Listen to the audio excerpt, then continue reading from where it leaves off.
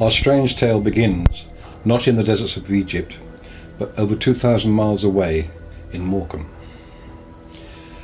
A major attraction in the popular holiday resort was the pleasure park, later Frontierland.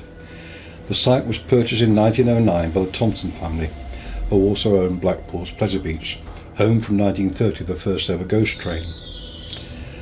Capitalising on the human fascination with fear and the mind's darker fantasies, the ghost train proved highly popular. It wasn't long before Thompson introduced a similar ride at Morecambe. It underwent several refurbishments over the years and was finally demolished in 1999. During one of the refurbishments, as the various plaster skeletons, witches and demons were removed, a bizarre discovery was made. At one point in the ride, the head and shoulders of a beautiful woman appeared to metamorphose into a decomposing corpse. It was the corpse that grabbed a worker's attention. He noticed that the strangely mounted head was not a crude plaster prop, but in fact real human remains. The question is, whose were they? How did they get there, and why were they hidden in a holiday theme park attraction? To uncover the mystery of the head, we need to go back to 1922 and Howard Carter's excavation of Tutankhamun's tomb in the Valley of the Kings. Exploration of the tomb, with its thousands of artifacts, took 10 years. Yet even with the care Carter took in recording the work, we know that some desirable items were lost. Carter's journal noted that on the 17th of July 1924, a small sarcophagus was removed, still sealed. Hieroglyphics on the lid indicated that it contained the mummified remains of Amunsetep, high priest and spiritual advisor to the boy king Tutankhamun.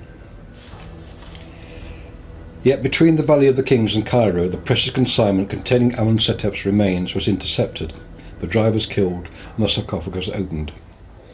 Carter writes that only the head and shoulders of the mummy had been taken.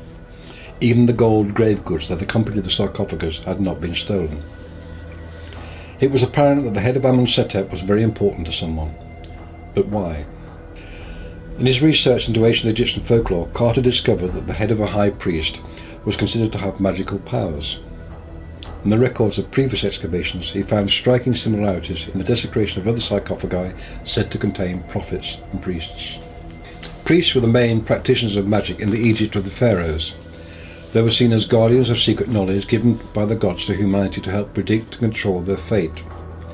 The most respected users of magic were the lector priests who read the ancient books kept in palace libraries. They were reputed to be able to bring wax animals to life and roll back the waters of a lake. It was believed that anyone who possessed the mummified head of one of these priests would be able, with appropriate ritual, to call on the magical powers and knowledge the priest once held. So grave robbers would be employed by wealthy occultists to retrieve these heads. It is even speculated that Aleister Crowley himself owned 2 of these heads of prophecy. Like the Golem of Prague from Czech legend, it was believed that the power of the head could be activated by a ritual in which a piece of parchment was inserted in the mouth or head of the mummy. Unlike the golem, the head would not reanimate. However, the ancient spirits would be called from the field of Aru, the Egyptian afterlife, to perform the task set by the master of the head. The head of Amunsetep vanished for 3 years, only to reappear, as many Egyptian records did, in London in 1928. Not in a museum, but in a sideshow auction. Tom Norman, an English businessman and showman of human oddities, was known to attend such auctions. During the summer of 1928, in Norman's Shoreditch penny gaff shop, a new attraction was advertised. Verdoma, the mummified genie, was pitched as an exhibit who could grant one's wish from beyond the grave. It seems that after a few weeks the advertisements were removed and Verdoma marketed by word of mouth to people of wealth and influence. A client would be taken to a small back room where he would part with a large sum of money before being given the choice of a wish or a vision of the future. He would write his choice on a slip of paper, which was then placed somewhere on the head. Whether Verdoma actually granted any of these wishes or visions is unknown, though it seems that nobody ever came back for a refund. Nevertheless, according to Egyptian folklore, only the owner of the head, who at the time was Norman, was able to call on its power. Norman became a very wealthy man indeed, and among London's elite strange rumours began circulating about Verdoma. Before long, however, Norman closed the exhibit and removed the head from public view. Once again, Amunsetep vanished only to reappear many years later in the Morecambe ghost train. But how? We do know that Joseph Emberton, an architect famous for his work in the amusement business, was a fan of the penny gaff shops and a friend of Tom Norman. Perhaps Emberton learned his trade by designing the weird interiors of Norman's shops. In Emberton's private memoirs from October 1929, he writes, "Today Tom gave me a sealed crate containing, he said, something he no longer wishes to possess. He asked me to take it back north with me and to hide it until the time comes when he may ask for it back.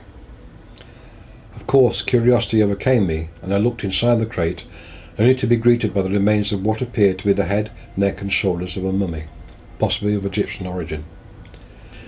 One can only assume that this is Vodoma, of which I had heard but never saw, one of his most prized exhibits.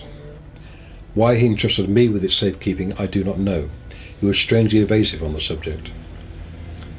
Tom Norman died on the 24th of August 1930 and never asked Emberton to return the crate. We know that Emberton designed rides and buildings, including ghost trains, for Leonard Thompson, who ran amusement parks in Blackpool, Southport and Morecambe. Perhaps in memory of his friend Tom Norman and his freakish penny gaff shops, Emberton installed the mummified head in the Morecambe ghost train so that it would continue to scare and intrigue audiences. Following its discovery, instead of being sent to a museum, the head was privately auctioned to help finance the running costs of the declining Morecambe Pleasure Park. Although records are somewhat sketchy, it was believed to have been purchased by the owner of what was then the Grand Hotel, perhaps as a possible visitor attraction. It was certainly never exhibited, and my researches indicate that it has since been kept in a small locked room in the hotel. There are those who say that the power it holds is overwhelming, and those who acquire the artifact cannot for long bear the responsibility of the arcane knowledge it possesses. The hotel is now known as the Cumbria Grand, and I am pleased to say that the owner has allowed me to offer a small demonstration of the powers of the head of Amunsetep during the gathering of adepts in the arcane terpsichoreal arts during the weekend of the 3rd to the 6th of October 2014.